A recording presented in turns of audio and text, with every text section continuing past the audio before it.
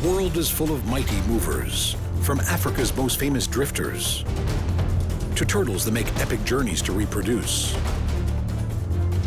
seabirds that don't come to land for years,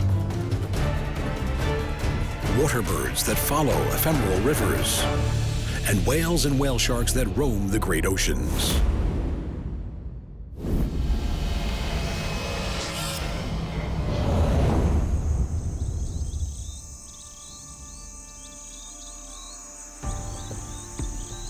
The colossal plains of the Serengeti span an enormous 30,000 square kilometers of East Central Africa. Probably the most well-known plains in the world, they are home to some of Africa's most well-known inhabitants.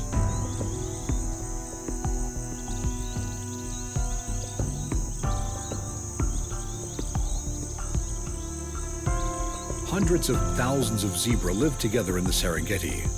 Their distinctive eye-catching stripes are as unique as fingerprints, and even within the largest of gatherings, no two zebra will be found with exactly the same stripes.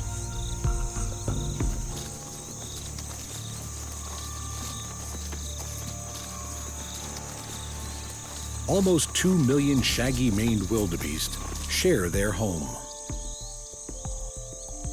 Every year, the tough hooves of these animals will carry them almost 500 kilometers through Tanzania and Kenya in their constant search for fresh grass.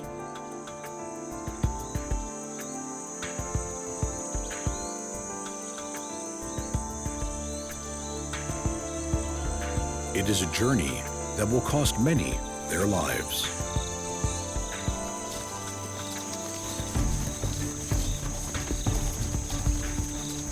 During the rainy season, herds of wildebeest, zebra, and gazelle are scattered over the southern reaches of the Serengeti. But once the rains cease, it is not long before precious rivers and streams dry up.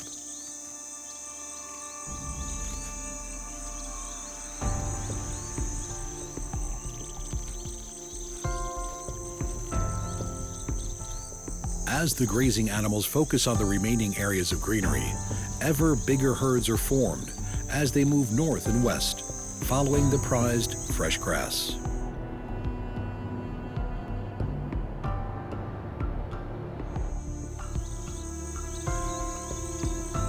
Columns of animals 40 kilometers long can form as over 1 million wildebeest and hundreds of thousands of zebra and gazelle join together.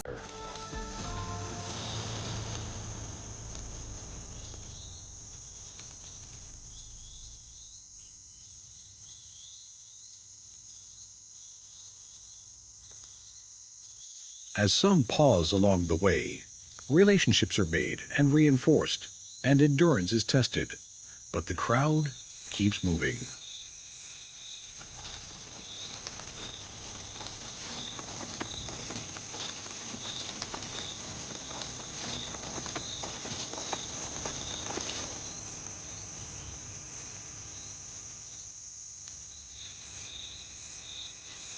As the dry land they leave behind turns to dust, the migrating masses of animals move further north in an ever-circling loop.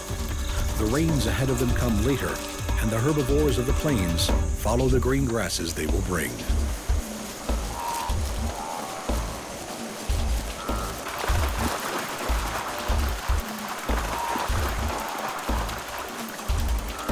The land of the Masai Mara in neighboring Kenya is the northernmost part of the Serengeti Plains. While for the grazing animals the border between the countries may not present a problem, the rivers that run across the plains most certainly do.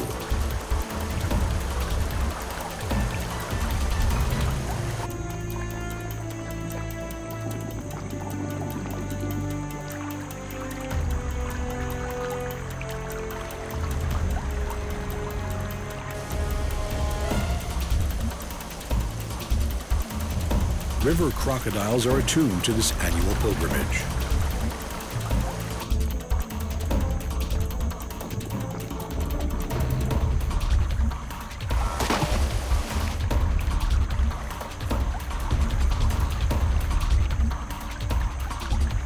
As they play Russian roulette with their lives, this is the most hazardous part of their journey, and one that cannot be avoided if they are to complete their exodus north.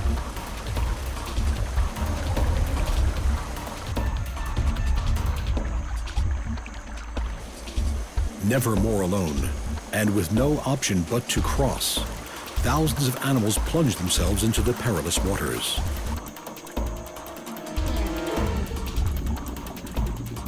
Many other animals are already there.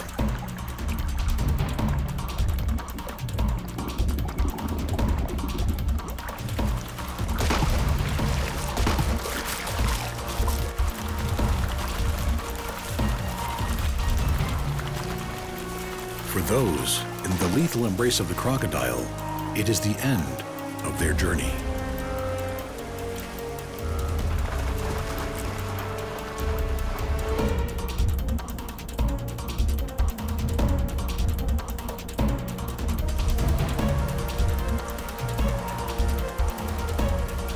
Despite the dangers, the voyagers continue in what is the largest mass movement of mammals anywhere in the world.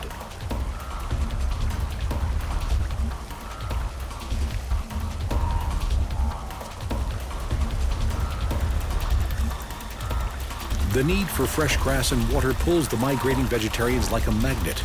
Young and old alike will attempt the journey as they travel across the reaches of the Serengeti and all the challenges it throws at them, hauling themselves to new pastures.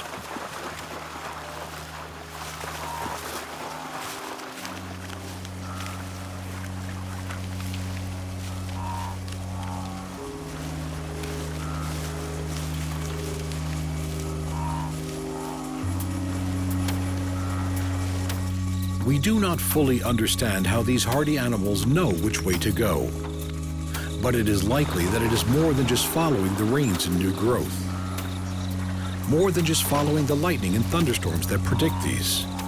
It is likely that the instinct etched into the DNA of those that have survived this journey for generations must surely play a part.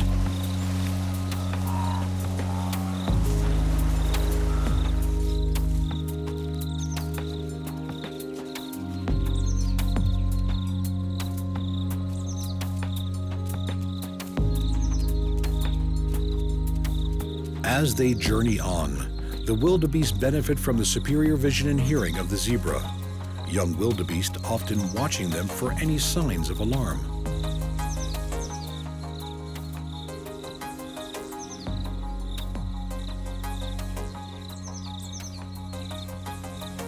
While both zebra and wildebeest eat similar grasses, they have preferences for different parts of the plant, and coexistence is peaceful.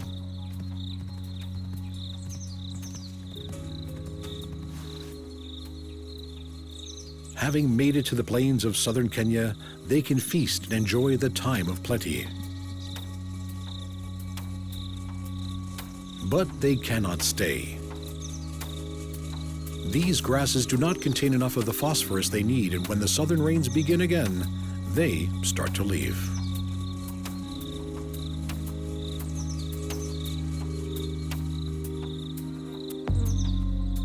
The freshly sprouted grass of the southern Serengeti contains this valuable phosphorus, and it beckons them back as these great wanderers continue the migrations of their life.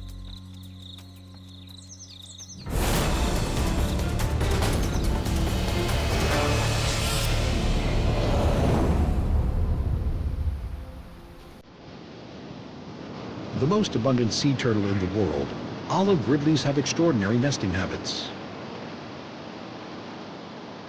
These small turtles migrate massive distances between their oceanic feeding grounds and the shores that draw them back to mate and then to nest.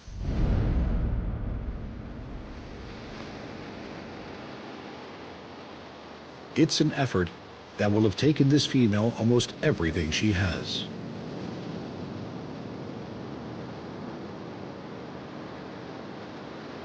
In huge congregations, known as arribadas, meaning arrival by sea, vast numbers of these usually solitary females come ashore to lay their eggs.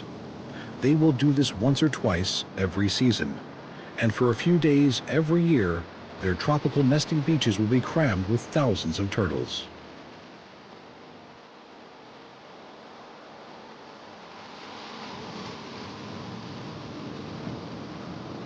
olive ridleys have been seen 4,000 kilometers from shore and have an annual migration from pelagic foraging to coastal nesting site, and then all the way back to their oceanic feeding grounds.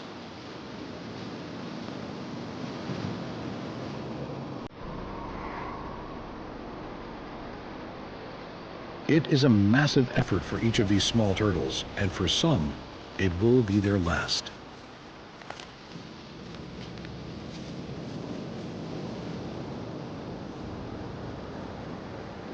Dragging themselves out of the water, the arriving females lumber on shore, pulling themselves up beaches where they themselves hatched some years before.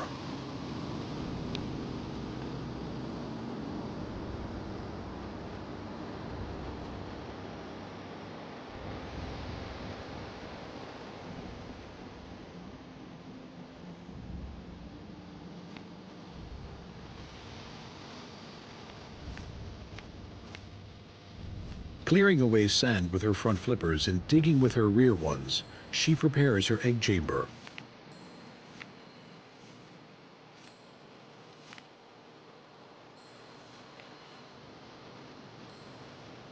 Into it, she will deposit around 100 white eggs. This could be the first of up to 3 batches she will lay in one season.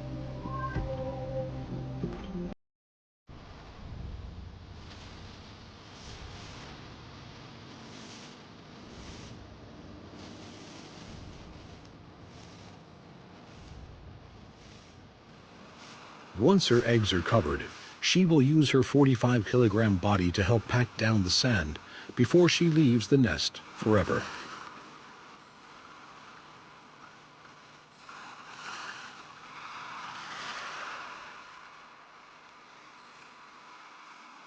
Their work done, the wary females make their way back to the ocean, leaving their eggs to incubate in the warm sands. They will never see their offspring, as these oceanic wanderers disappear back into the welcoming swell of the ocean.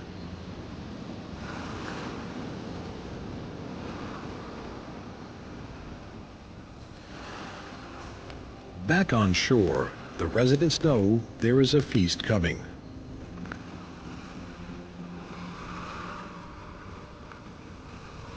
Just under 2 months after being laid, the tiny turtle hatchlings will emerge from their eggs into an unwelcoming world.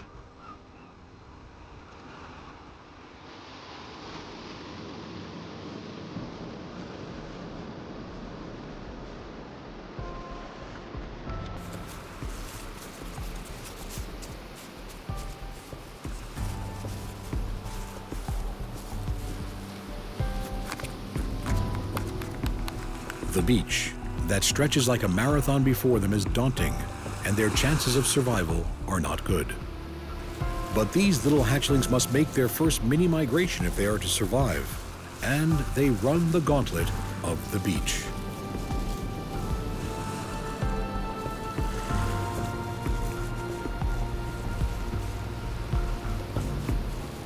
Black vultures are usually carrion eaters, but for them and other wading birds, the bite-sized and bountiful turtle hatchlings are a snack too tempting to pass up.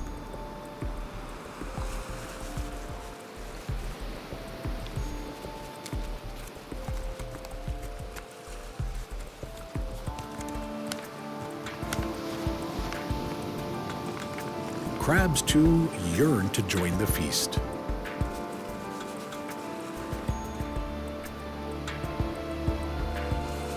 Endearing little ghost crabs, with their fast and jerky movements and powerful pincer claws, are one of the main causes of mortality for turtle hatchlings.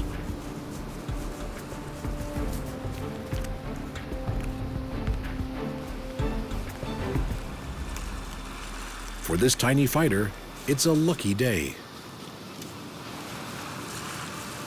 Making a break for the beckoning surf line, its ocean home is in sight.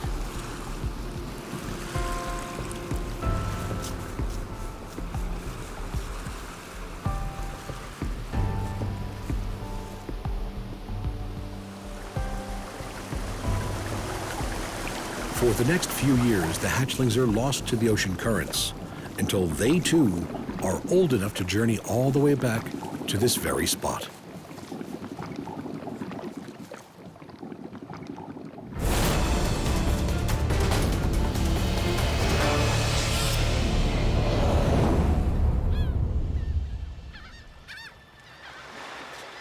Like the turtle, once it has left land for the first time, a young sooty tern may not go back for years, spending all its time in the ocean skies until it is time to breed. Soaring on outstretched wings, these elegant seabirds feed almost entirely on fish driven to the surface by the hunters below.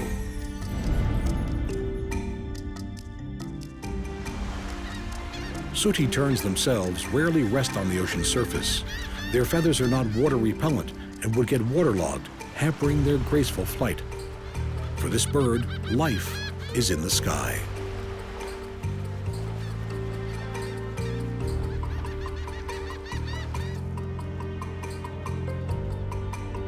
They are so at home in the air that these terns are known for taking naps of a couple of seconds while they fly.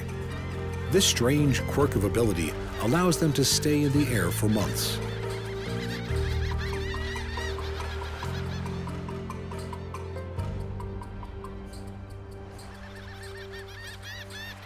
After many weeks at sea, the breeding season beckons, and the terns answer the call, heading inland to the tropical islands of their nesting sites.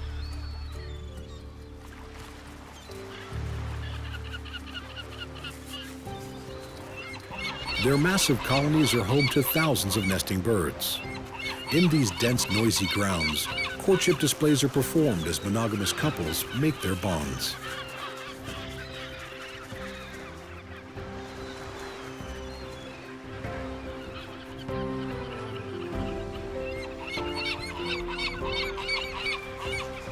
Both parents will incubate a single egg.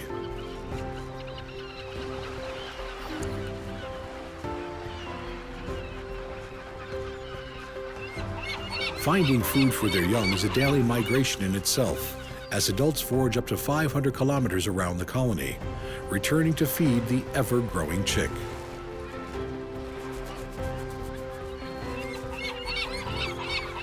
Once the breeding season is over, sooty terns go back to their pelagic lifestyle and spend the next few months back at sea, wintering through the tropical oceans until the need to breed draws them back into land once more.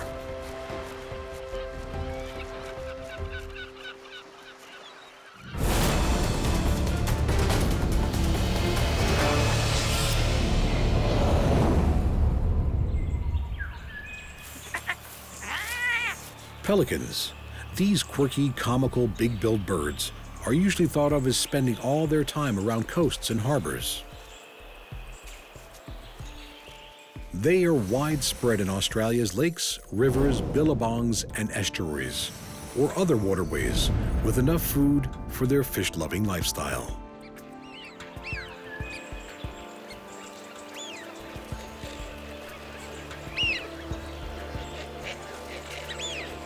With the longest beak of any bird in the world and a wingspan that can reach 2.5 meters, these are very unusual looking birds, and some of them have a very unusual habit. They migrate, but not over oceans. Some migrate inland.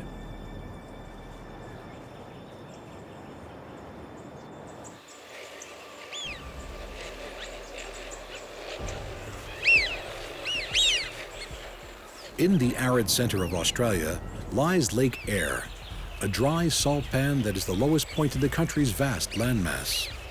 When rare rains bring water to the parched outback rivers, they begin to flow and bring water and life into Lake Eyre, and the pelicans follow them. Stopping at creeks and billabongs along the way to their ephemeral paradise, many of the birds that make this inland journey are heading back to the place of their birth.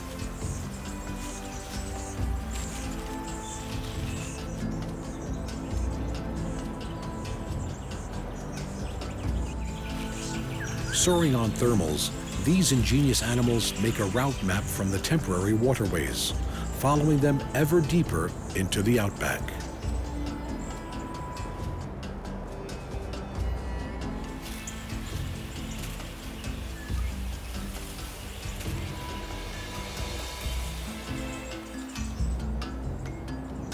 Finally, their destination is in sight.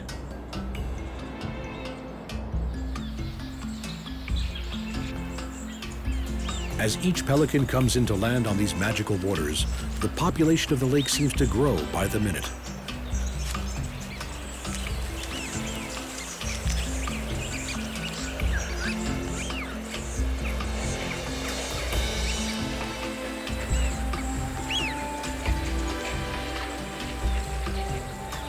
Many of these birds will have flown hundreds of kilometers to get here.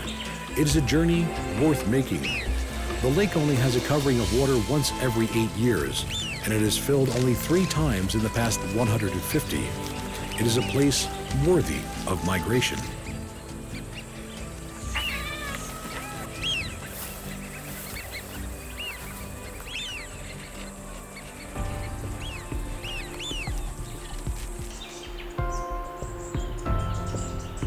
While there is water in plenty, the birds continue to come.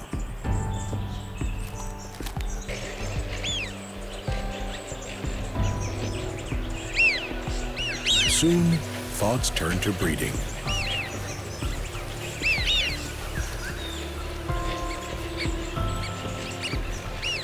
These ground nesters lay 2 or 3 eggs. After just over a month, the first to hatch peeks out of its egg.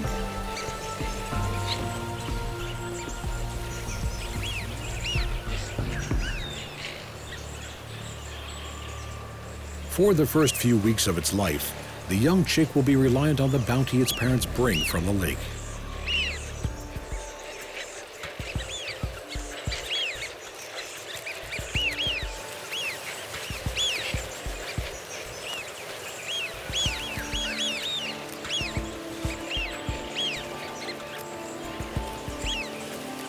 Lured to this fleeting paradise, the pelicans here have a rich start in life.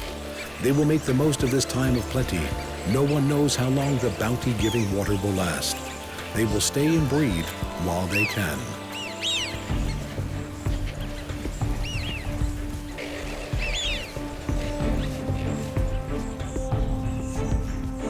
Once the waters start to recede, it's time to leave.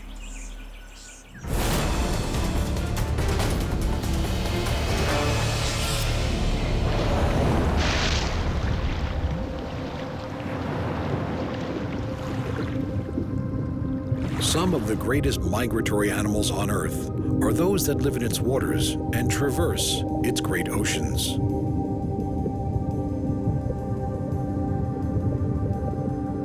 From baleen whales that travel from the nutrient-rich polar waters to warm tropical seas, to the whale shark, whose migrations we barely understand.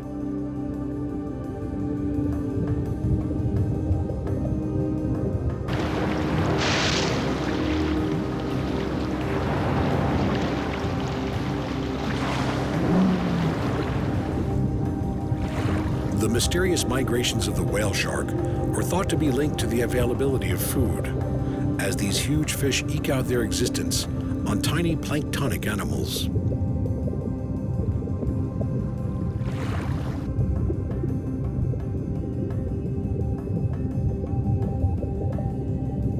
These enormous fish migrate massive distances during their lifetime, with individuals traveling thousands of kilometers, journeys that may take them years. Other, even larger filter feeders migrate to breed.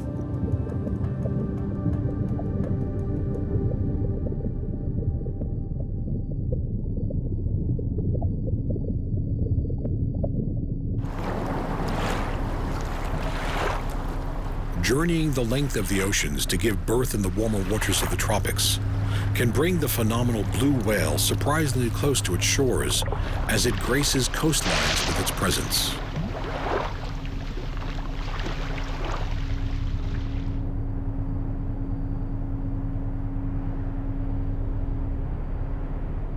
Gliding with an unparalleled grace and elegance, as well as with an unparalleled size, the ocean wanderers know no limits.